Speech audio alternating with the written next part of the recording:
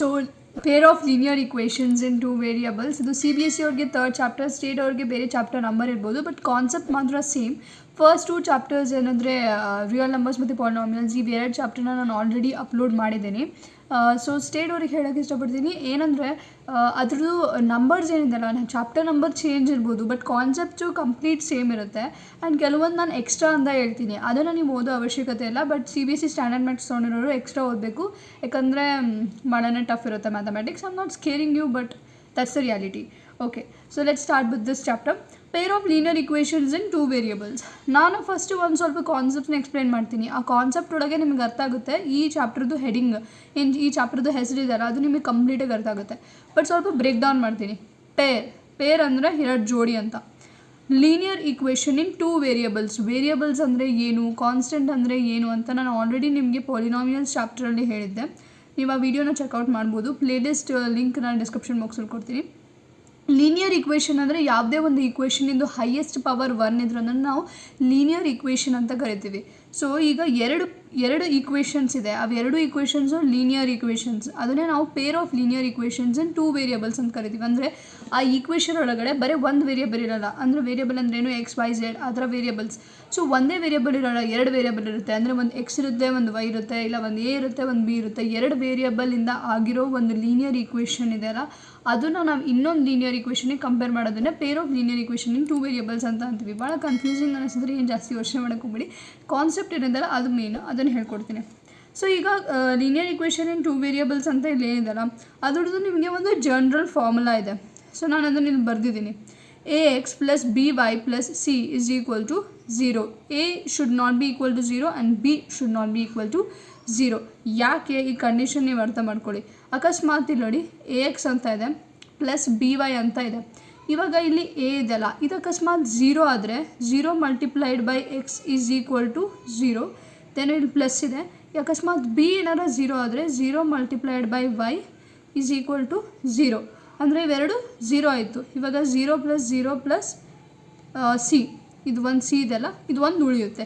So ಈ ಥರ ಆದರೆ ನಮ್ಗೆ ಇಲ್ಲಿ ಟೂ ವೇರಿಯಬಲ್ಸ್ ಉಳಿಲಿಲ್ಲ. ನಾನೇನಂದಿದ್ದೆ, ಒಂದು ಪೇರ್ ಆಫ್ ಲೀನಿಯರ್ ಈಕ್ವೇಷನ್ ಒಳಗೆ ಟೂ ವೇರಿಯಬಲ್ಸ್ ಇರಬೇಕಂತ. ಇಲ್ಲಿ ನೋಡಿದ್ರೆ ಒಂದು ವೇರಿಯಬಲ್ ಇಲ್ಲ. ಅದಕ್ಕೋಸ್ಕರ A ಮತ್ತು B ಯಾವತ್ತೂ 0 ಆಗೋಕ್ಕಾಗೋದಿಲ್ಲ. ಆಯಿತಾ? ಅಕಸ್ಮಾತ್ ನಾವಿಲ್ಲೇನಾರ ಅಂದ್ಕೊಳ್ಳೋಣ, ಇಲ್ಲಿ A ಒಂದೇ 0 ಆಗಿದ್ರೂ ನಮಗೆ B ವೇರಿಯಬಲ್ ಒಂದೇ ಉಳಿತಿತ್ತು. ಹಾಗಾಗ್ಬಿಟ್ಟು ನಾವೇನು ಮಾಡ್ತೀವಿ, ಇಲ್ಲಿ A ಮತ್ತು B ಏನಿದೆ ಅಲ್ಲ ಅದು 0 ಆಗೋಕ್ಕಾಗೋದಿಲ್ಲ. ಸೊ ಈಗ AX plus BY plus C ಅಂದರೆ ಏನು, ಇಲ್ಲಿ X ಮತ್ತು Y ಇದೆಯಲ್ಲ, ಇದು ಇಲ್ಲಿ X ಇದೆ ನೋಡಿ, ಇಲ್ಲಿ X ಮತ್ತು ಇಲ್ಲಿ Y ಏನಿದೆಯಲ್ಲ ಇವೆರಡು ಏನು ವೇರಿಯಬಲ್ಸ್. ಆ್ಯಂಡ್ A ಮತ್ತು B ಮತ್ತು C ಏನಿದೆಯಲ್ಲ ಇಲ್ಲಿ ಅದೇನು ಕಾನ್ಸ್ಟೆಂಟ್ಸ್. ಸೊ ಫಾರ್ ಎಕ್ಸಾಂಪಲ್ ನಾನು ತೊಗೊತೀನಿ 2X plus 3Y plus 5 is equal to 0. So ನಾನು ಒಂದು ರ್ಯಾಂಡಮ್ ಈಕ್ವೇಷನ್ ತೊಗೊಂಡಿದ್ದೀನಿ. 2X plus 3Y plus 5 is equal to 0. ಇಲ್ಲಿ 2 ಇದೆಯಲ್ಲ ಇದು ಬಂದುಬಿಟ್ಟು A, ನೆಕ್ಸ್ಟ್ ಇಲ್ಲಿ 3 ಇದೆಯಲ್ಲ ಇದು ಬಂದುಬಿಟ್ಟು B, ನೆಕ್ಸ್ಟ್ ಇಲ್ಲಿ 5 ಇದೆಯಲ್ಲ ಇದು ಬಂದುಬಿಟ್ಟು C. ಅರ್ಥ ಆಯ್ತಾ? ಇದು general form of linear equation.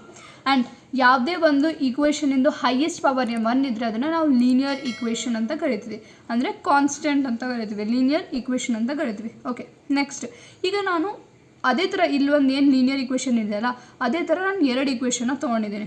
So ಅದು ಕನ್ಫ್ಯೂಸ್ ಆಗಬಾರ್ದಂತ ಇಲ್ಲಿ A ಮತ್ತು A ನೋಡಿ, ನೀವು ಇಲ್ಲಿ A ಅಂತ ತೊಗೊಂಡಿದ್ದೀನಿ. A ಅಂತ ತೊಗೊಂಡ್ರೆ ಕನ್ಫ್ಯೂಸ್ ಆಗಿಬಿಡುತ್ತೆ. ಸೊ ಅದಕ್ಕೆ A1 ಮತ್ತು A2 ಅಂತ ತೊಗೊಂಡಿದ್ದೀನಿ. ನೀವು ಚಿಕ್ಕ A ದೊಡ್ಡ ಏನೂ ಮಾಡ್ಬೋದು, ಬಟ್ ಅದು ಕಷ್ಟ ಆಗುತ್ತಂತ A1 A2 ಅಂತ ತೊಗೊಂಡಿದ್ದೀನಿ. ಸೊ ಫಸ್ಟ್ ಇಲ್ಲಿ A1X plus B1Y plus C1 is equal to 0. ಇದು ಒಂದು linear equation. Next linear equation A2X plus B2Y plus C2 is equal to 0. ಇದು ಒಂದು ಲೀನಿಯರ್ ಈಕ್ವೇಷನ್. ಈಗ ಅದನ್ನು ನಾವು ನ್ಯೂಮರಿಕಲ್ ಫಾರ್ಮಲ್ಲಿ ಬರೆದ್ರೆ ಅದು ಸ್ವಲ್ಪ ಈ ಥರ ಇರುತ್ತೆ. 2X plus 3Y plus 6 is equal to 0. 3X plus 4Y plus 8 is equal to 0. ಈಗ ಇಲ್ಲೇನಾಯಿತು, ಎರಡಿದ್ದಾವೆ. ಅಂದರೆ ಪೇರ್ ಆಫ್ ಲೀನಿಯರ್ ಈಕ್ವೇಷನ್. ಇವೆರಡು ಲೀನಿಯರ್ ಈಕ್ವೇಷನ್ ಅಲ್ವಾ, ಯಾಕಂದರೆ ಹೈಯೆಸ್ಟ್ ಪವರ್ 1 ಇದೆ ಇನ್ ಟೂ ವೇರಿಯಬಲ್ಸ್. ಯಾವ್ಯಾವ್ದು ಎರಡು ವೇರಿಯಬಲ್, X ಮತ್ತು Y. ಐ ಹೋಪ್ ನಿಮಗೀಗ ಡೆಫಿನೇಷನ್ ಪೂರ್ತಿ ಕ್ಲಿಯರ್ ಆಯ್ತಂತ. ಸೊ ನಾವು ಅಕಸ್ಮಾತ್ ಈ ಲೀನಿಯರ್ ಈಕ್ವೇಷನ್ಸ್ ಏನಿದೆ ಈ ಸೊಲ್ಯೂಷನ್ಸ್ ನಾವು ಕಂಡುಹಿಡಿಬೇಕಂದ್ರೆ ನಮಗೆ 3 ಮೆಥಡ್ಸ್ ಇದೆ. ಯಾವ್ದು, ಒಂದು ಗ್ರಾಫಿಕಲ್ ಮೆಥಡ್, ಇನ್ನೊಂದು ಸಬ್ಸ್ಟಿಟ್ಯೂಷನ್ ಮೆಥಡ್, ಇನ್ನೊಂದು ಎಲಿಮಿನೇಷನ್ ಮೆಥಡ್. ಓಕೆನಾ? ಇನ್ನೊಂದು ಕ್ರಾಸ್ ಮಲ್ಟಿಪ್ಲಿಕೇಶನ್ ಮೆಥಡ್ ಅಂತ ಇದೆ, ಬಟ್ ಅದು CBSE ಅವರಿಗೆ ಡಿಲೀಟ್ ಆಗಿದೆ. ಓಕೆನಾ? ಸೊ ಫಸ್ಟ್ ನಾವು ಗ್ರಾಫಿಕಲ್ ಮೆಥಡ್ ಬಗ್ಗೆ ಮಾತಾಡೋಣ. ಗ್ರಾಫಿಕಲ್ ಮೆಥಡ್ ಅಂದರೆ ಏನು ಅಂತ. ಗ್ರಾಫಿಕಲ್ ಮೆಥಡಲ್ಲಿ ಇದು ನೋಡಿ, ಈ ಈಕ್ವೇಷನ್ ಮತ್ತು ಈ ಈಕ್ವೇಷನ್ ಮತ್ತು ಈ ಈಕ್ವೇಷನ್, ಈ 3 ಕಂಡೀಷನ್ನ ನೀವು ನೀಟಾಗಿ ತಿಳ್ಕೊಂಡ್ರೆ ನಿಮ್ದು ಎಷ್ಟೊಂದು MCQs ಇದೆ ಅಲ್ಲ, ಅದರೊಳಗೆ ನಿಮಗೆ ಮಾರ್ಕ್ಸ್ ಬರುತ್ತೆ. 1 ಮಾರ್ಕ್ ಕ್ವೆಶನ್ಸ್ ಭಾಳ ಚೆನ್ನಾಗಿ ನೀವು ಮಾಡ್ಬೋದು ಸಾಲ್ವ್. ಮತ್ತು ಇದರೊಳಗಿಂದ ಭಾಳ ಸಿಲಿ ಕ್ವೆಶನ್ಸ್ ಬರುತ್ತೆ. ಅಂದರೆ ನಿಮಗಿದು ಲೈಕ್ ಫ್ರೀ ಮಾರ್ಕ್ಸ್ ಇದ್ದಂಗೆ. ಫ್ರೀ ಮಾರ್ಕ್ಸ್ ಯಾವುದೂ ಇಲ್ಲ, ಅದಕ್ಕೂ ಕಷ್ಟಪಡಲೇಬೇಕು, ಸ್ವಲ್ಪ ಬರೀಲೇಬೇಕಲ್ಲ, ಸುಮ್ಮನೆ ಯಾರು ಕೊಡ್ತಾರೆ. ನೆಕ್ಸ್ಟ್ ಇಲ್ಲಿ ನಾವು ನೋಡೋಣ, ಇದು ಏನು A1/A2 is not equal to B1/B2. ಹಂಗಂದ್ರೆ ಹೆಂಗೆ? A1/A2 ಏನು ಎಲ್ಲಿಂದ ಬಂತು? A1A2 ನೋಡಿರಿ, ಇಲ್ಲಿಂದ ಬಂತು. ಸೊ ಈ ಈಕ್ವೇಷನ್ ಏನಿದೆ ಅಲ್ಲ, ಇದರೊಳಗೆ ಇಲ್ಲಿ A1 ಮತ್ತು A2 ಅಂತ ಇದೆ. ಸೊ ನಾನು ಫಸ್ಟ್ ಈಕ್ವೇಷನ್ ಒಳಗಡೆ ಎಕ್ಸ್ ಪಕ್ಕ ಇರೋದು ಯಾವುದು? ಫಸ್ಟ್ ಈಕ್ವೇಷನ್ ಒಳಗೆ A1, ಅದನ್ನು ನಾನು ಡಿವೈಡ್ ಮಾಡ್ತೀನಿ. ಸೆಕೆಂಡ್ ಈಕ್ವೇಷನ್ ಎಕ್ಸ್ ಪಕ್ಕ ಇರೋದು ಯಾವುದು? A2 ಜೊತೆಗೆ. ಆಯಿತಾ? This is equal to or not equal to ನೋಡೋಣಂತೆ. ನೆಕ್ಸ್ಟು ವೈ ಫಸ್ಟ್ ಈಕ್ವೇಷನ್ ಪಕ್ಕದಲ್ಲಿ ಏನಿರೋದು? B1. ಆಯಿತಾ? ನೆಕ್ಸ್ಟು ಸೆಕೆಂಡ್ ಈಕ್ವೇಷನಲ್ಲಿ ಬಿ ಪಕ್ಕ ಯಾವುದಿದೆ? B2. ಸರಿ, ವೈ ಪಕ್ಕ ಯಾವುದಿದೆ? B2. ಸೊ ಇವಾಗ ನೀವು ಕಂಪೇರ್ ಮಾಡಿರಿ, ಇಲ್ಲಿ ನ್ಯೂಮರಿಕಲ್ ಫಾರ್ಮಲ್ಲಿದೆ. ಇದನ್ನು ನೋಡಿ ಹೇಳೋಣ, A1/A2 is equal to or not equal to B1/B2. ಇವಾಗ ನಾವೇ ಅದನ್ನು ಕಂಡುಹಿಡಿಯೋಣ. 2/3 ಅಂತ ಇದೆ. ಇದರ ಅರ್ಥ ಏನು? 2/3. ಇದು A1, ಇದು A2, ಅದಕ್ಕೆ 2/3 ಈಸ್ ಈಕ್ವಲ್ ಟು 3/4. ರೈಟ್? 3/4. ಈಗ ನೀವೇ ನೋಡಿ, 2/3 ಈಸ್ ಈಕ್ವಲ್ ಟು 3/4 ಆಗುತ್ತಾ? ಆಗಲ್ಲ ತಾನೆ. So this is not equal to A1/A2 is not equal to B1/B2. ಇದೇ ಥರ ನಾವು ಇದು ಬರೆದಿರೋದು. ಇದು ಜಸ್ಟ್ ನೀವು ಭಾಳ ಚೆನ್ನಾಗಿ ನೆನ್ಪಿಟ್ಕೋಬೇಕು. ಅಕಸ್ಮಾತ್ ಯಾವುದರ ಒಂದು ಈಕ್ವೇಷನ್ ಒಳಗೆ ನಿಮಗೆ ಈ ಕಂಡೀಷನ್ ಬಂತಪ್ಪ ಅಂದರೆ, ಆ ಈಕ್ವೇಷನ್ ನೀವು ಗ್ರಾಫಿಕಲ್ ಮೆಥಡಲ್ಲಿ ಗ್ರಾಫ್ ಪೇಪರಲ್ಲಿ ಡ್ರಾ ಮಾಡಿದಾಗ ಹೆಂಗೆ ಡ್ರಾ ಮಾಡೋದಂತನೂ ನಾನು ಹೇಳ್ತೀನಿ. ಸೊ ಅವಾಗ ನಿಮಗೆ ಡ್ರಾ ಮಾಡಿದಾಗ ಇಂಟರ್ಸೆಕ್ಟಿಂಗ್ ಲೈನ್ಸ್ ಬರುತ್ತೆ. ಇಂಟರ್ಸೆಕ್ಟಿಂಗ್ ಅಂದರೆ ಏನು? ಸೊ ಫಾರ್ ಎಕ್ಸಾಂಪಲ್ ನಮಗಿದು ಇದು ಗ್ರಾಫ್ ಇದೆ ಅಂದರೆ, ಇಲ್ಲಿಂದ ಒಂದು ಲೈನ್ ನಿಮಗೆ ಹಿಂಗೆ ಬರುತ್ತೆ, ಇನ್ನೂ ಒಂದು ಲೈನ್ ಹಿಂಗೆ ಬರುತ್ತೆ. ಸೊ ಇಲ್ಲಿ ಅದು ಇಂಟರ್ಸೆಕ್ಟ್ ಆಗ್ತಾಯಿದೆ. ಸೊ ನಾವು ಇದನ್ನು ಇಂಟರ್ಸೆಕ್ಟಿಂಗ್ ಲೈನ್ಸ್ ಅಂತೀವಿ. ಇದ್ರದ್ದು ನೀವೇನಾರ ಈ ಈಕ್ವೇಷನ್ನಿಂದು ಗ್ರಾಫ್ ಬಿಡಿಸೋದು ಹೆಂಗಂತ ಹೇಳ್ಕೊಡ್ತೀನಿ. ಅಕಸ್ಮಾತ್ ನೀವು ಬಿಡಿಸಿದ್ರೆ ಅದು ಇಂಟರ್ಸೆಕ್ಟಿಂಗ್ ಆಗಿ ಇರುತ್ತೆ. So A1/B2 is not equal to B1/B2 ಇದ್ದರೆ ಅದು ಇಂಟರ್ಸೆಕ್ಟಿಂಗ್ ಲೈನ್ ಆಗಿರುತ್ತೆ ನಾವು ಗ್ರಾಫ್ ಪೇಪರ್ ಮೇಲೆ ಡ್ರಾ ಮಾಡಿದಾಗ. ಆ್ಯಂಡ್ ಅದರದ್ದು ಯೂನಿಕ್ ಸೊಲ್ಯೂಷನ್ ಇರುತ್ತೆ. ಅಂದರೆ ಅದರದ್ದು ಒಂದೇ ಒಂದು ಸೊಲ್ಯೂಷನ್ ಇರುತ್ತೆ, ಮಲ್ಟಿಪಲ್ ಸೊಲ್ಯೂಷನ್ಸ್ ಇರೋದಿಲ್ಲ, ಒಂದೇ ಒಂದು ಸೊಲ್ಯೂಷನ್ ಇರುತ್ತೆ. ಆಯಿತಾ? ಆಮೇಲೆ ಅದು ಕನ್ಸಿಸ್ಟೆಂಟ್ ಆಗಿರುತ್ತೆ. ಅಂದರೆ ಯಾವುದರ ಒಂದು ಈಕ್ವೇಷನಿಂದು ಸೊಲ್ಯೂಷನ್ ಇದ್ದರೆ ಅದು ಕನ್ಸಿಸ್ಟೆಂಟ್ ಈಕ್ವೇಷನ್ ಅಂತ ಅಂತೀವಿ. ಯಾವುದರ ಒಂದು ಈಕ್ವೇಷನಿಂದು ಸೊಲ್ಯೂಷನ್ಸೇ ಇಲ್ಲ ಅಂದರೆ ಅದನ್ನು ನಾವು ಇನ್ಕನ್ಸಿಸ್ಟೆಂಟ್ ಈಕ್ವೇಷನ್ಸ್ ಅಂತ ಕರಿತೀವಿ. ಓಕೆನಾ? ಕ್ಲಿಯರ್? ಯಾವುದರ ಒಂದು ಈಕ್ವೇಷನಿಗೆ ಸೊಲ್ಯೂಷನ್ ಇದ್ದರೆ ಅದನ್ನು ನಾವು ಕನ್ಸಿಸ್ಟೆಂಟ್ ಅಂತ ಕರಿತೀವಿ, ಕನ್ಸಿಸ್ಟೆಂಟ್ ಈಕ್ವೇಷನ್ಸ್ ಅಂತ ಕರಿತೀವಿ. ಯಾವುದರ ಒಂದು ಈಕ್ವೇಷನ್ಗೆ ಯಾವುದೇ ಒಂದು ಸೊಲ್ಯೂಷನ್ಸ್ ಇಲ್ಲ ಅಂದರೆ ಅದನ್ನು ನಾವು ಇನ್ಕನ್ಸಿಸ್ಟೆಂಟ್ ಈಕ್ವೇಷನ್ಸ್ ಅಂತ ಕರಿತೀವಿ. ಓಕೆನಾ? So first A1/B2 is not equal to B1/B2. ಹಂಗಂದ್ರೆ ಏನು? ಅದು ಇಂಟರ್ಸೆಕ್ಟಿಂಗ್ ಆಗಿರುತ್ತೆ. ಯೂನಿಕ್ ಸೊಲ್ಯೂಷನ್ ಅಂದರೆ ಒಂದೇ ಒಂದು ಸೊಲ್ಯೂಷನ್ ಇರುತ್ತೆ. ನೆಕ್ಸ್ಟ್ ಅದು ಕನ್ಸಿಸ್ಟೆಂಟ್ ಆಗಿರುತ್ತೆ. ಫಸ್ಟ್ ಕಂಡೀಷನ್ ಕ್ಲಿಯರಾ? ಓಕೆ, ನೆಕ್ಸ್ಟ್ ಕಂಡೀಷನ್ಗೆ ಹೋಗೋಣ. ನೆಕ್ಸ್ಟ್ ಕಂಡೀಷನ್ ಏನು? A1/B2 is equal to B1/B2 is equal to C1/C2. So same thing, A1/A2 is equal to B1/B2 is equal to C1/C2. Okay, so ಇದರದ್ದು ಹೆಂಗೆ ಬರುತ್ತೆ ಅಂದರೆ, for example 2/4 is equal to 4/8 is equal to 8/16. ಇವಾಗ ನೀವಂದ್ರೆ ಅದೆಲ್ಲ ಹೆಂಗೆ same ಅಂತ ನೋಡಿರಿ. 2 1s are 2, 2 2s are 4, right? So ಇಲ್ಲಿ 1/2 ಬಂತು. ನೆಕ್ಸ್ಟ್ ಇದು 4 1s are 4, 4 2s are 8. So ಇದು 1/2 ಬಂತು. Next 8 1s are 8, 8 2s are 16. So ಇಲ್ಲಿ 1/2 ಬಂತು. ಇವೆಲ್ಲ ಈಕ್ವಲ್ ಆಯ್ತಲ್ಲ. A1/A2 is equal to B1/B2 is equal to C1/C2. So ಈ ಕಂಡೀಷನ್ ಯಾವುದರ ಒಂದು ಲೀನಿಯರ್ ಈಕ್ವೇಷನ್ ಈ ಥರ ಇತ್ತಪ್ಪ ಅಂದರೆ ಅದನ್ನು ನಾವು ಕೋಇನ್ಸಿಡೆನ್ಸ್ ಅಥವಾ ಡಿಪೆಂಡೆಂಟ್ ಲೈನ್ಸ್ ಅಂತ ಕರಿತೀವಿ. ಹೆಂಗೆ ಬರೋದು? ಈಗ ನೀವು ಏನಾರ ಈ ಥರ ಈಕ್ವೇಷನ್ ಇದ್ದರೆ A1/B2 is equal to B1/B2 is equal to C1/C2 ಅಂತ ಇದ್ದರೆ, ಈ ಥರ ಕಂಡೀಷನ್ ಇದ್ದ ಈಕ್ವೇಷನ್ ಇದ್ದರೆ ಅದನ್ನು ನೀವು ಗ್ರಾಫ್ ಪೇಪರ್ ಮೇಲೆ ಡ್ರಾ ಮಾಡಿದಾಗ ಅವೆರಡು ಹೆಂಗಿರುತ್ತಂದರೆ, ಎರಡು ಲೈನ್ ಒಂದ್ರ ಮೇಲೆ ಇನ್ನೊಂದು ಲೈನ್ ಬಂದಿರುತ್ತೆ, ಕೋಇನ್ಸಿಡೆಂಟ್ ಆಗಿರುತ್ತೆ. ಸೊ ಇದು ಈ ಥರ ಇದೆ ಅಂದರೆ ಇವೆರಡು ಹಿಂಗೆ ಡ್ಯಾಶ್ ಹೊಡಿಯುತ್ತೆ ಅಂದರೆ ಕೋಇನ್ಸಿಡೆಂಟ್ ಆಗಿರುತ್ತೆ ಅಂತ. ಆಯಿತಾ? ಇದನ್ನು ಡಿಪೆಂಡೆಂಟ್ ಲೈನ್ಸ್ ಅಂತೀವಿ. ಒಂದು ಲೈನ್ ಇದ್ದರೆ ಇನ್ನೊಂದು ಲೈನ್ ಇರುತ್ತೆ, ಇಲ್ಲ ಅಂದರೆ ಇರೋಕ್ಕಾಗಲ್ಲ. ಸೊ ಇದು ಡಿಪೆಂಡೆಂಟ್ ಲೈನ್ಸ್. ಓಕೆನಾ? ಇಂಡಿಪೆಂಡೆಂಟ್ ಲೈನ್ಸ್ ಅಂತ ಒಂದು ಬರುತ್ತೆ, ಅದು ನೆಕ್ಸ್ಟ್ ಹೇಳ್ಕೊಡ್ತೀನಿ. ಸೊ ಇದನ್ನು ನಾವು ಡಿಪೆಂಡೆಂಟ್ ಲೈನ್ಸ್ ಅಂತೀವಿ. ಇದನ್ನು ನಾವು ಕೋಇನ್ಸಿಡೆನ್ಸ್ ಕಂಡೀಷನ್ ಅಂತ ಕರಿತೀವಿ. ಓಕೆನಾ? ನೆಕ್ಸ್ಟ್ ಇದನ್ನು ನಾವು ಇನ್ಫೈನೈಟ್ ಮೆನಿ ಸೊಲ್ಯೂಷನ್ಸ್ ಇರುತ್ತೆ. ಇದಕ್ಕೆ ಇನ್ಫೈನೈಟ್ ಮೆನಿ ಸೊಲ್ಯೂಷನ್ಸ್ ಯಾಕಂದರೆ ನೀವೇ ನೋಡಿ. ಸೊ ಈಗ ನಾನು ಇಲ್ಲಿ ಯಾವುದರ ಒಂದು ಗ್ರಾಫ್ ಇದೆ, ಅದರೊಳಗೆ ನಿಮಗೆ ಒಂದು ಕೋಇನ್ಸಿಡೆಂಟ್ ಲೈನ್ ಇದೆ. ಈ ಕಡೆ ಒಂದು ಲೈನ್ ಹೋಗ್ತಾ ಇದೆ, ಈ ಕಡೆ ಒಂದು ಲೈನ್ ಹೋಗ್ತಾ ಇದೆ. ಸೊ ಇವಾಗ ಈ ಪಾಯಿಂಟಲ್ಲಿ ಒಂದು ಸೊಲ್ಯೂಷನ್ ಇದೆ, ಕಲರ್ ಚೇಂಜ್. ಈ ಪಾಯಿಂಟಲ್ಲಿ ಒಂದು ಸೊಲ್ಯೂಷನ್ ಇದೆ, ಈ ಪಾಯಿಂಟಲ್ಲಿ ಒಂದು ಸೊಲ್ಯೂಷನ್ ಇದೆ, ಈ ಪಾಯಿಂಟಲ್ಲಿ ಒಂದು, ಈ ಪಾಯಿಂಟಲ್ಲಿ ಒಂದು, ಈ ಪಾಯಿಂಟಲ್ಲಿ ಒಂದು, ಈ ಪಾಯಿಂಟಲ್ಲಿ ಒಂದು, ಎಷ್ಟೊಂದು ಸೊಲ್ಯೂಷನ್ ಇದೆ. ಅದಕ್ಕೆ ಇದನ್ನು ನಾವು ಇನ್ಫೈನೈಟ್ ಮೆನಿ ಸೊಲ್ಯೂಷನ್ಸ್ ಬರುತ್ತೆ. ನೀವೇ ನೋಡಿರಿ, ಒಂದು ಸ್ವಲ್ಪ ಲಾಜಿಕಲಿ ಯೋಚನೆ ಮಾಡಿ ನೋಡಿರಿ. ಅಕಸ್ಮಾತ್ ಅದು ಏನಾರ ಇಂಟರ್ಸೆಕ್ಟಿಂಗ್ ಆಗಿದ್ದರೆ ಒಂದೇ ಒಂದು ಸೊಲ್ಯೂಷನ್ ಬರುತ್ತೆ, ಒಂದು ಪಾಯಿಂಟಲ್ಲಿ ಅದು ಮೀಟ್ ಆಗುತ್ತೆ. ಎಲ್ಲೆಲ್ಲಿ ಮೀಟ್ ಆಗುತ್ತೋ ಅಷ್ಟು ಸೊಲ್ಯೂಷನ್ಸ್ ಇದೆ ಅಂತ ಅರ್ಥ. ಸೊ ಈಗ ಅದು ಇಂಟರ್ಸೆಕ್ಟಿಂಗ್ ಆಗಿದ್ದರೆ ಒಂದು ಪಾಯಿಂಟಲ್ಲಿ ಮೀಟ್ ಮಾಡೋದ್ರಿಂದ ಅದಕ್ಕೆ ಒಂದು ಸೊಲ್ಯೂಷನ್ ಅಂತ ಕರಿತೀವಿ. ನೆಕ್ಸ್ಟು ಅದು ಕೋಇನ್ಸಿಡೆನ್ಸ್ ಲೈನ್ ಆಗಿರೋದ್ರಿಂದ ಒಂದು ಲೈನ್ ಹಿಂಗೆ ಹೋಗುತ್ತೆ, ಒಂದು ಲೈನ್ ಹಿಂಗೆ ಹೋಗುತ್ತೆ. ಅದು ಪ್ರತಿಯೊಂದು ಪಾಯಿಂಟಲ್ಲೂ ಮೀಟ್ ಆಗೋದ್ರಿಂದ ಅದಕ್ಕೆ ನಾವು ಇನ್ಫೈನೈಟ್ ಮೆನಿ ಸೊಲ್ಯೂಷನ್ಸ್ ಅಂತ ಕರಿತೀವಿ.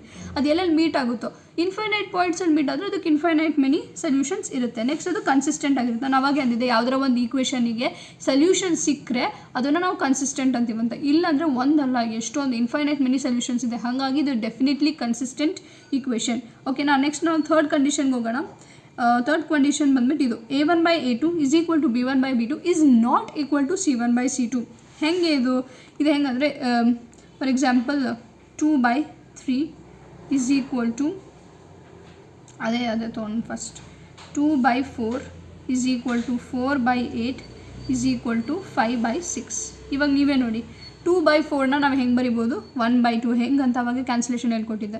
ನೆಕ್ಸ್ಟ್ 4/2ನ 1/2 ಅಂತ ಬರಿಬೋದು. 5/6ನ 5/6 ಅಂತಲೇ ಬರಿಬೇಕು. ಇವಾಗ 1/2 is equal to 1/2, 1/2 is not equal to 5/6. So ಅದಕ್ಕೆ ಇದು ನಾಟ್ ಈಕ್ವಲ್ ಟು.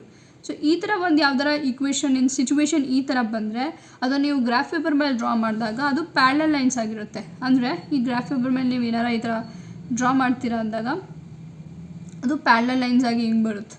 ಅವೆರಡು ಮೀಟೇ ಆಗೋದಿಲ್ಲ, ಆಯಿತಾ. Next okay. ಸೊ ನೆಕ್ಸ್ಟ್ ಅದಕ್ಕೆ ನೋ ಸೊಲ್ಯೂಷನ್ಸ್. ಅಂದರೆ ಈಗ ಅವೆರಡು ಮೀಟೇ ಆಗೋದಿಲ್ಲಪ್ಪ ಅಂದರೆ ನಾನೇನಂದಿದ್ದೆ, ಮೀಟ್ ಆದಾಗ ಸೊಲ್ಯೂಷನ್ಸ್ ಬರುತ್ತೆ ಅಂದಿದ್ದೆ. ಇಲ್ಲಿ ಮೀಟೇ ಆಗಲ್ಲ ಅಂದರೆ ಡೆಫಿನೆಟ್ಲಿ ನೋ ಸೊಲ್ಯೂಷನ್ಸ್. ಆ್ಯಂಡ್ ನಾನು ಅಂದಿದ್ದೆ ಯಾವುದೇ ಒಂದು ಈಕ್ವೇಷನ್ಗೆ ಸೊಲ್ಯೂಷನ್ ಇದ್ದರೆ ಮಾತ್ರ ಅದು ಕನ್ಸಿಸ್ಟೆಂಟ್ ಅಂತ. ಇಲ್ಲಿ ಸೊಲ್ಯೂಷನ್ನೇ ಇಲ್ಲ, ಸೊ ಅದಕ್ಕೆ ಇದೇನು inconsistent equation. So I hope ನಿಮಗೆ 3 ಕಂಡೀಷನ್ಸು ಕ್ಲಿಯರ್ ಅಂತ. ಬಟ್ ಭಾಳ ಜನಕ್ಕೆ ಕೋಇನ್ಸಿಡೆನ್ಸ್ ಕಂಡೀಷನ್ ಮತ್ತು ಪ್ಯಾರಲಲ್ ಕಂಡೀಷನ್ ಮಧ್ಯೆ ಅವ್ರಿಗೆ ಮರ್ತೋಗುತ್ತೆ. ಸೊ ನಾನಿಲ್ಲೊಂದು ಟ್ರಿಕ್ ಹೇಳ್ಕೊಡ್ತೀನಿ. ಸೊ ಅಲ್ಲಿ ಈಕ್ವಲ್ ಟು ಇದೆ, ಕೋಇನ್ಸಿಡೆಂಟ್ಲಿ ಪಕ್ಕದಲ್ಲೂ ಒಂದು ಈಕ್ವಲ್ ಟು ಇದೆ. ಸೊ ಅದಕ್ಕೆ ಇದು ಕೋಇನ್ಸಿಡೆನ್ಸ್ ಕಂಡೀಷನ್. ಓಕೆನಾ. ಇಲ್ಲೊಂದು ಈಕ್ವಲ್ ಟು ಇದೆ, ಇಲ್ಲೊಂದು ಈಕ್ವಲ್ ಟು ಇಲ್ಲ, ಪ್ಯಾರಲಲ್ ಕಂಡೀಷನ್. ಯಾಕಂದರೆ ಅದು ಮಿಕ್ಕಿದ್ದೆ ಅದೊಂದು. ಇಂಟರ್ಸೆಕ್ಟಿಂಗ್ ಯಾಕಪ್ಪ ಅಂದರೆ 2 ಲೈನ್ಸ್ ಇದೆ, ಅದ್ರ ಮಧ್ಯೆ ಒಂದು ಲೈನ್ ಇಂಟರ್ಸೆಕ್ಟ್ ಆಗೋಗಿದೆ. ಒಂದೇ ಸತಿ ಇರುತ್ತೆ, ಚಿಕ್ಕದಿರೋದು ಇಂಟರ್ಸೆಕ್ಟಿಂಗ್. ಆಮೇಲೆ ಒಂದು ಈಕ್ವಲ್ ಟು ಕೋಇನ್ಸಿಡೆಂಟ್ ಆಗಿ ಇನ್ನೊಂದು ಸತಿನೂ ಈಕ್ವಲ್ ಟು ಬಂದಿರೋದಕ್ಕೆ ಅದನ್ನು ಕೋಇನ್ಸಿಡೆನ್ಸ್ ಅಂತೀವಿ. ಮಿಕ್ಕಿರೋದು ಪ್ಯಾರಲಲ್, ಅದು ನೀವು ನೆನ್ಪಿಟ್ಕೊಂತೀರ. ಸೊ ನೆಕ್ಸ್ಟ್ ನಾನು ಅಂದಿದ್ನಲ್ಲ, ಯಾವುದೇ ಒಂದು ಲೀನಿಯರ್ ಈಕ್ವೇಷನ್ ಇನ್ ಸೊಲ್ಯೂಷನ್ ತೆಗೆಯೋದಕ್ಕೆ 3 ಥರ ಇರುತ್ತಂತ. ಅದರೊಳಗೆ ಒಂದು ನಾವು ಕಂಪ್ಲೀಟ್ ಮಾಡಿದ್ವಿ. ನಿಮ್ಗೆ ಇನ್ನೊಂದು ಹೇಳ್ಕೊಡ್ಬೇಕಿತ್ತು, ಏನಂದರೆ ಗ್ರಾಫಿಕಲ್ ಮೆಥಡ್ ಒಳಗೆ ನೀವು ಹೇಗೆ ಈಕ್ವೇಷನ್ಸ್ನ ಗ್ರಾಫಿಕಲ್ ಮೆಥಡಲ್ಲಿ ಸೊಲ್ಯೂಷನ್ಸ್ ಹೆಂಗೆ ಫೈಂಡ್ ಔಟ್ ಮಾಡೋದಂತ. ಸೊ ನಾನು ಇಲ್ಲಿ ಒಂದು ಎಕ್ಸಾಂಪಲ್ ತೊಗೊಂಡಿದ್ದೀನಿ. ಸೊ ಇಲ್ಲಿ ನಮ್ಮ ಹತ್ರ ಒಂದು ಈಕ್ವೇಷನ್ ಇದೆ, ಏನು x + y is equal to 0 ಮತ್ತು x - y is equal to 4 ಅಂತ ಒಂದು ಸಿಂಪಲಾಗಿ ಈಕ್ವೇಷನ್ ಇದೆ. ಸೊ ಇಲ್ಲಿ x + y is equal to 6. So ನಾನೀಗ ಎಕ್ಸ್ ಜಾಗದೊಳಗೆ ಈ ಥರ ಒಂದು ಟೇಬಲ್ ಮಾಡ್ಕೊಳ್ಳಿ. ಈ ಥರ ಒಂದು ಟೇಬಲ್ ಮಾಡ್ಕೋಬೇಕು. ಇಲ್ಲಿ ಎಕ್ಸ್ ಮತ್ತು ವೈ ಬರಿಬೇಕು. ಇಲ್ಲಿ ಈ ಥರ ಒಂದು 3 ಕಾಲಮ್ ಹಾಕ್ಕೋಬೇಕು, ಆಯಿತಾ. ಸೊ ಇಲ್ಲಿ ಎಕ್ಸ್ ಜಾಗದಲ್ಲಿ ಈಗ x + y is equal to 6 ಅಂತ ಇದೆಯಲ್ಲ, ಎಕ್ಸ್ ಜಾಗದಲ್ಲಿ ನಾನು 0 ಹಾಕ್ತೆ ಅಂದ್ಕೊಳ್ಳಿ. ಇವಾಗ y is equal to ಏನು ಉಳೀತು, 6 ಉಳೀತು. ಸೊ ಅದಕ್ಕೆ ನಾನಿಲ್ಲಿ 6 ಬರೆದಿದ್ದೀನಿ. ನೆಕ್ಸ್ಟು ಎಕ್ಸ್ ಜಾಗದಲ್ಲಿ 2 ಹಾಕ್ಕೊಳ್ಳಿ. ಯಾವ ಥರ ನಂಬರ್ ತೊಗೋಬೋದು, ಇದೇ ನಂಬರ್ ತೊಗೋಬೇಕಂತಲ್ಲ, ಯಾವ ಥರ ತೊಗೋಬೋದು. ಈಗ x + y is equal to 6 ಅಂತ ಇದೆ, ಎಕ್ಸ್ ಜಾಗದಲ್ಲಿ 2 ಹಾಕಿದೆ. ಇವಾಗ ಈ 2ನ ನಾನು ಇಲ್ಲಿ ಕಳಿಸ್ತೀನಿ. ಆವಾಗ ಇದ್ರ ಜೊತೆ ಇದು ಮೈನಸ್ ಆಗುತ್ತೆ. ಆವಾಗ y is equal to 4 ಉಳಿಯುತ್ತೆ. ಸೊ ಅದಕ್ಕೆ ಇದು ಇಲ್ಲಿ 4 ಅಂತ ಬರೆದಿದ್ದೀನಿ.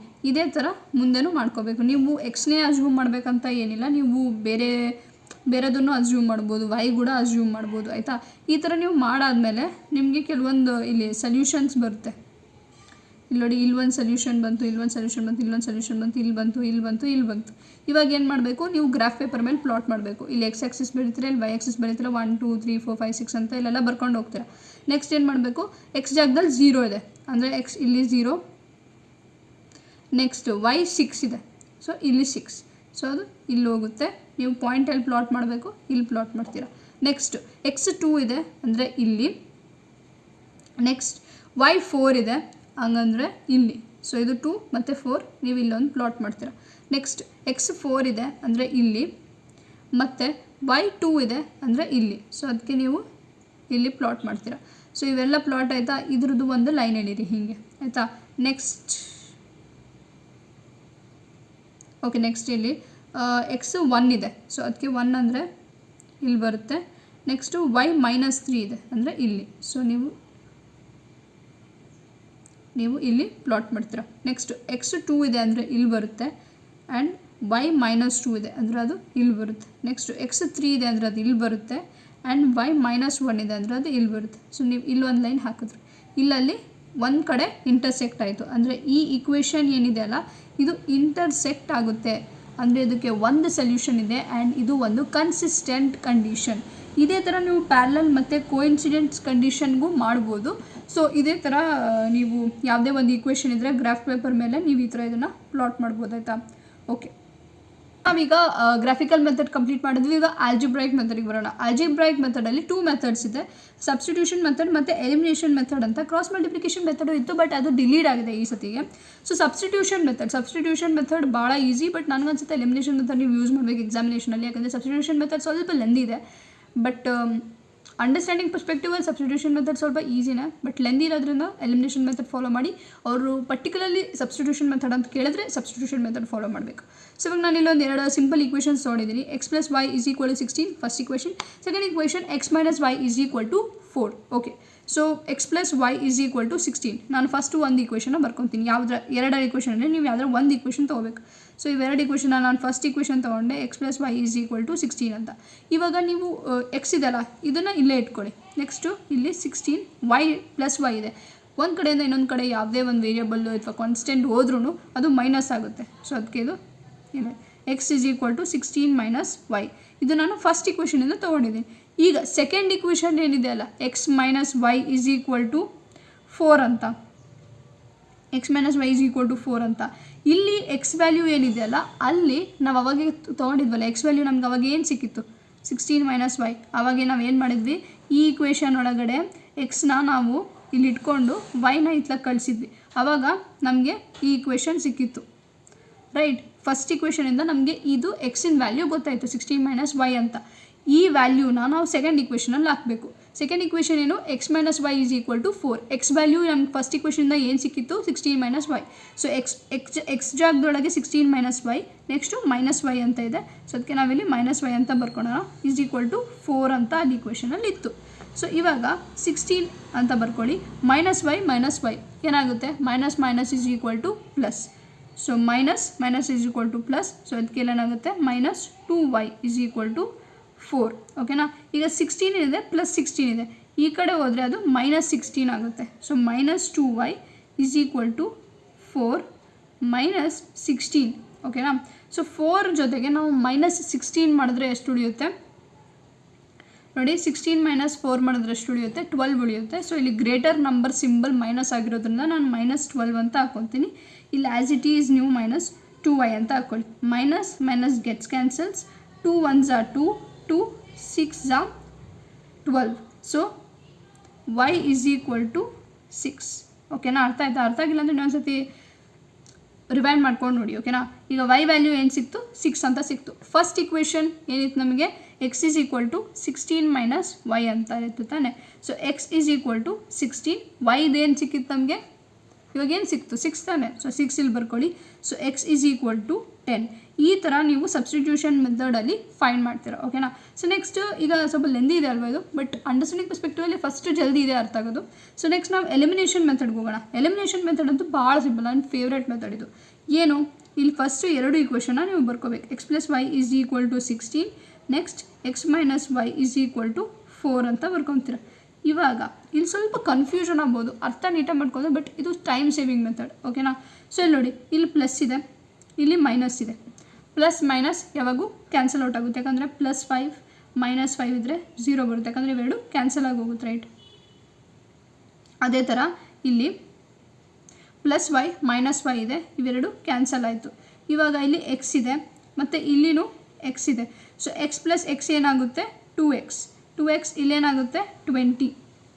2 1s are 2, 2 10s are 20. So x = 10 ಆಯಿತಾ. ಆಮೇಲೆ x = 10 ಸಿಕ್ಮೇಲೆ ಯಾವುದರ ಫಸ್ಟ್ ಈಕ್ವೇಷನ್ ಅಥವಾ ಸೆಕೆಂಡ್ ಈಕ್ವೇಷನ್ ನೀವು ತಗೊಳ್ಳಿ. x is equal to 10 plus y is equal to 16. So y is equal to 16 minus 10, y is equal to 6. ಇಷ್ಟು ಆರಾಮಾಗಿ ನಿಮಗೆ ಸಿಗುತ್ತೆ. ಫಾರ್ ಎಕ್ಸಾಂಪಲ್ ಅಕಸ್ಮಾತ್ ಏನಾದರೂ X plus Y is equal to 16 ಮತ್ತು X plus Y is equal to 4 ಅಂತ ಒಂದು ಈಕ್ವೇಷನಿಗೆ ತಂದ್ಕೊಳ್ಳಿ. ಇದು ಪ್ಲಸ್ ಇದ್ದರೆ ಏನು ಮಾಡಬೇಕು, ಆವಾಗ ನೀವು ಎಲ್ಲಾದ್ರದ್ದು ಸಿಂಬಲ್ಸ್ನ ಚೇಂಜ್ ಮಾಡ್ಕೋಬೇಕು. ಏನು, ಈಗ ಎಕ್ಸಿಂದು ಪ್ಲಸ್ ಸಿಂಬಲ್ ಇದೆ ಅಲ್ವಾ, ಇದನ್ನು ಮೈನಸ್ ಮಾಡ್ಕೋಬೇಕು. ನೆಕ್ಸ್ಟು ವೈ ಇಂದು ಪ್ಲಸ್ ಸಿಂಬಲ್ ಇದೆಯಲ್ಲ, ಇದನ್ನು ಮೈನಸ್ ಮಾಡ್ಕೋಬೇಕು. 4 ಇಂದು ಪ್ಲಸ್ ಸಿಂಬಲ್ ಇದೆಯಲ್ಲ, ಇದನ್ನು ಮೈನಸ್ ಮಾಡ್ಕೋಬೇಕು. ಎಕ್ಸ್ ಮೈನಸ್ ಎಕ್ಸ್ ಏನಾಗುತ್ತೆ, plus x minus x cancel out.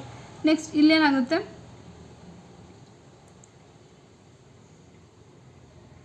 Minus ಮಾಡ್ಕೋಬೇಕು. ಈ ಥರ ಮೈನಸ್ ಮಾಡ್ಕೊಂಡು ಆದಮೇಲೆ, ಇದು ಈಕ್ವೇಷನ್ ಆ್ಯಕ್ಚುಲಿ ತಪ್ಪಿದೆ, ಬಟ್ ಮೈನಸ್ ಮಾಡ್ಕೊಂಡಾದಮೇಲೆ ಯಾವುದೋ ಒಂದು ಈಕ್ವೇಷನ್ ಇದೆಯಲ್ಲ, ಅಕಸ್ಮಾತ್ ಇದು ಮೈನಸ್ ಇತ್ತು ಅಂದ್ಕೊಳ್ಳಿ, ಇದು ಪ್ಲಸ್ ಆಗುತ್ತೆ. ಸೊ ಆವಾಗ ಇವೆರಡು ಆ್ಯಡ್ ಆಗುತ್ತೆ 2x, ಆ್ಯಂಡ್ ಇವೆರಡು ಕ್ಯಾನ್ಸಲ್ ಔಟ್ ಆಗುತ್ತೆ. ಇಲ್ಲಿ ಉಳಿಯುತ್ತೆ 12. ಸೊ 2 1 ಝಾ 2, 2 2 ಝಾ 2 6 ಝಾ 12. So X is equal to 6 ಆಯಿತು. ಈ ಥರ ಯಾವುದ್ರ ಎಲ್ಲವೂ ಅಂದರೆ ಯಾವುದು ಡಿವೈಡೇ ಆಗ್ತಿಲ್ಲ, ಯಾವುದು ಕ್ಯಾನ್ಸಲ್ ಔಟೇ ಆಗ್ತಿಲ್ಲ ಅಂದರೆ ಸೈನ್ಗಳನ್ನ ಚೇಂಜ್ ಮಾಡ್ಕೊಳ್ಳಿ. ಸೈನ್ಸ್ ಚೇಂಜ್ ಮಾಡಿದಾಗ ಯಾವುದರ ಒಂದು ವೇರಿಯಬಲ್ ಕ್ಯಾನ್ಸಲ್ ಔಟ್ ಆಗುತ್ತೆ, ಮಿಕ್ಕಿರೋ ವೇರಿಯಬಲ್ದು ಕಂಡುಹಿಡೀರಿ. ಆಮೇಲೆ ಇನ್ನೊಂದು ಈಕ್ವೇಷನಿಗೆ ಆ ವೇರಿಯಬಲ್ ಪುಟ್ ಆನ್ ಮಾಡಿ ಇನ್ನೊಂದು ವೇರಿಯಬಲ್ದು ಆನ್ಸರ್ ಕಂಡುಹಿಡಿಬೋದು. ಓಕೆನಾ. ಸೊ ಇದು ಸ್ವಲ್ಪ ಕನ್ಫ್ಯೂಸಿಂಗ್ ಅನಿಸುತ್ತೆ ಈಗಗೆ, ಬಟ್ ಲೇಟರ್ ನಿಮ್ಗೆ ಈಸಿ ಆಗುತ್ತೆ. This was the chapter. But ಇಲ್ಲಿ ಈಗ ನಾನು ಎಕ್ಸ್ಟ್ರಾ ಥಿಂಗ್ಸ್ನ ಹೇಳ್ಕೊಡ್ತೀನಿ. CBSE ಸ್ಟ್ಯಾಂಡರ್ಡ್ ಮ್ಯಾಥ್ಸ್ ತೊಗೊಂಡಿರೋರು ಇದನ್ನು ನೋಡಬೇಕು. So if constant is not there, then solution is 0, 0. For example, ನಿಮ್ಗೆ ಅಕಸ್ಮಾತ್ ಏನಾದರೂ ಈ ಥರ ಈಕ್ವೇಷನ್ ಕೊಟ್ಟಿದ್ರಪ್ಪ ಅಂದ್ಕೊಳ್ಳಿ, √2x plus √3y is equal to 0, ಮತ್ತು √3x minus √8y is equal to 0. ಇದರೊಳಗೆ ಕಾನ್ಸ್ಟೆಂಟೇ ಇಲ್ಲ. ಕಾನ್ಸ್ಟೆಂಟ್ ಅಂದರೆ ಏನು, ನಂಬರ್ಸ್ ಅಂತ. ಇದು ನೋಡಿ, ಇವು ಯಾವ ಕಾನ್ಸ್ಟೆಂಟ್ ಅಲ್ಲ, ಇವೆಲ್ಲ ರೂಟ್ ನಂಬರ್ಸ್. ರೂಟಲ್ಲಿರೋದ್ರಿಂದ ಇದಕ್ಕೆ ಇದ್ರ ಸೊಲ್ಯೂಷನ್ ಏನಾಗಿರುತ್ತೆ ನಿಮಗೆ ತೆಗಿಯೋಕ್ಕೆ ಬರೋದಿಲ್ಲ. ಸೊ ಅದಕ್ಕೆ ಸೊಲ್ಯೂಷನ್ ಏನಾಗಿರುತ್ತೆ ಇದ್ರದ್ದು 0, 0. ಇವೆರಡ್ರದ್ದು ಸೊಲ್ಯೂಷನ್ನೇ ಇರೋದಿಲ್ಲ. ಆಯಿತಾ. ಕಾನ್ಸ್ಟೆಂಟ್ ಇಲ್ಲ ಅಂದರೆ next cyclic quadrilateral opposite angles are equal. ಈಗ ನಿಮ್ಗೆ ಅನಿಸುತ್ತೆ ಏನಪ್ಪ ಇದು ಜಿಯೋಮೆಟ್ರಿ ನಿಲ್ ತೊಗೊಂಡು ಬಂದು ಆಲ್ಜಿಬ್ರಾದಲ್ಲಿ ಇಟ್ಟಿದ್ದಾರೆ ಅಂತ. ಬಟ್ ಕೆಲವೊಂದು ಕ್ವಶನ್ಸಲ್ಲಿ ಇದು ಯೂಸ್ ಆಗಿದೆ. NCERT ಎಕ್ಸಾಂಪ್ಲರಲ್ಲಿ ಇದು ಯೂಸ್ ಆಗಿತ್ತು. ಸೊ ಅವಾಗ ನಿಮಗೆ ಮೇ ಬಿ ಇದು ಸೈಕ್ಲಿಕ್ ಕ್ವಾಡ್ರಿಲ್ಯಾಟ್ರಲ್ ಆಪೋಸಿಟ್ ಆ್ಯಂಗಲ್ಸ್ ಏನಿದ್ದಾರೆ ಅದು ಈಕ್ವಲ್ ಅಂತ ಮರ್ತೋಗಿರುತ್ತೆ. ಸೊ ಇದು ನಿಮಗೆ ನೆನಪಿದ್ರೆ ಆ ಕ್ವಶನ್ ಸಾಲ್ವ್ ಮಾಡ್ಬೋದು. ಅದಕ್ಕೆ ಸೈಕ್ಲಿಕ್ ಕ್ವಾಡ್ರಿಲ್ಯಾಟ್ರಲ್ ಅಂದರೆ ಏನು, ಹೀಗೆ ಯಾವುದೋ ಒಂದು ಕ್ವಾಡ್ರಿಲ್ಯಾಟ್ರಲ್ ಇದೆ ಆಯಿತಾ. ಒಂದು ಸರ್ಕಲ್ ಹೊರಗಡೆ ಒಂದು ಕ್ವಾಡ್ರಿಲ್ಯಾಟ್ರಲ್ ಇದೆ. ಇದನ್ನು ನಾವು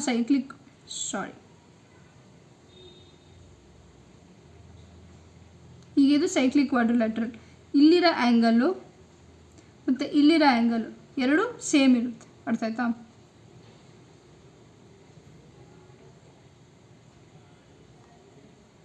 ಸೇಮ್ ಇರುತ್ತೆ. ಅರ್ಥ ಆಯ್ತಾ. So in a cyclic quadrilateral opposite angles are equal. Then trapezium in formula ಎಲ್ಲೋ ಒಂದು ಕಡೆ ಯೂಸ್ ಆಗೇ ಆಗುತ್ತೆ NCERT ಎಕ್ಸಾಂಪಲಲ್ಲಿ. ಸೊ ಅದಕ್ಕೆ ನೆನ್ಪಿಟ್ಕೊಳ್ಳಿ, half into height into parallel ಸೈಡ್ಸಿಂದು. ಸೊ ಟ್ರಪೀಸಿಯಮ್ ಈ ಥರ ಇರುತ್ತೆ.